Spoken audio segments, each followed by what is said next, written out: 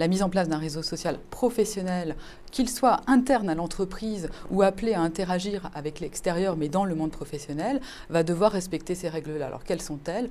Premier point, c'est le principe de finalité, c'est-à-dire qu'on doit pouvoir écrire et savoir pourquoi, quel est l'objectif du réseau professionnel. Est-ce que c'est juste améliorer la communication entre les salariés? Est-ce que c'est la mise en place d'espaces de travail collaboratifs? Parce qu'en fait, en fonction de la finalité que l'on attache, vont être déclinées les autres règles et principes, non seulement de la protection des données à caractère personnel, mais également du Code du travail, puisqu'on est dans le mode de l'entreprise, voire de la réglementation en matière de communication électronique. Deuxième grand principe, c'est un principe qui est commun au droit du travail et à la protection des données personnelles, c'est la proportionnalité.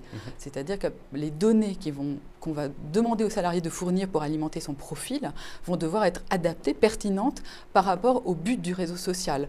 Si par exemple l'outil est un espace de travail collaboratif dans lequel on ne va échanger que pour les besoins professionnels, le profil ne devra pas comporter d'éléments relatifs à la vie privée. Si la personne est mariée ou autre, etc., c'est hors sujet.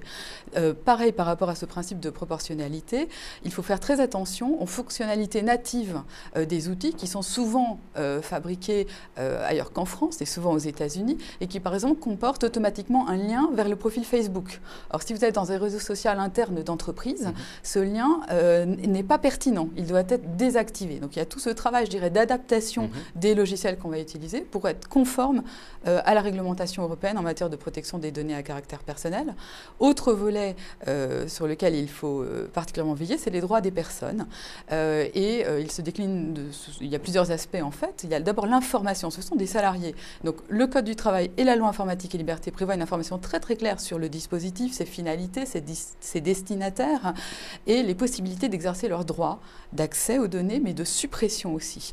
De la même façon, comme c'est un dispositif qui est susceptible de permettre le contrôle d'activité des salariés ou en tout cas qui impacte l'exercice de l'activité professionnelle, c'est la consultation des instances représentatives du personnel qui est aussi nécessaire avant la mise en place de ce type d'outils. Enfin, autre obligation, on parle beaucoup du droit à l'oubli aujourd'hui, mais peu de gens savent ce que cela recoupe exactement. En matière de réseau social, cela veut dire que, par exemple, si un compte est inactif, un salarié qui sera en congé longue maladie par exemple, il faut désactiver le compte. Il n'y a aucune raison que toutes les informations qu'il donnait, surtout si c'était un réseau social plutôt orienté communication, vie privée, etc., pour ne plus rendre ces informations disponibles. Et pareil, au départ du salarié, il faut se poser la question de qu'est-ce qu'on fait des productions et des postes du salarié sur le réseau. Le principe voudrait qu'on les anonymise, puisque normalement, l'identité de l'auteur, en tout cas par rapport à la communauté, n'est plus nécessaire. On peut concevoir que l'entreprise doit peut-être garder pour des questions de traçabilité la fabrication, mais voilà, donc il y a toute une série de questions à se poser. Et bien sûr, dernière formalité aujourd'hui qui existe encore, c'est les formalités auprès de la CNIL, la Commission nationale informatique et liberté. Donc il y a tout un cadre, je dirais, et une série de questions à se poser.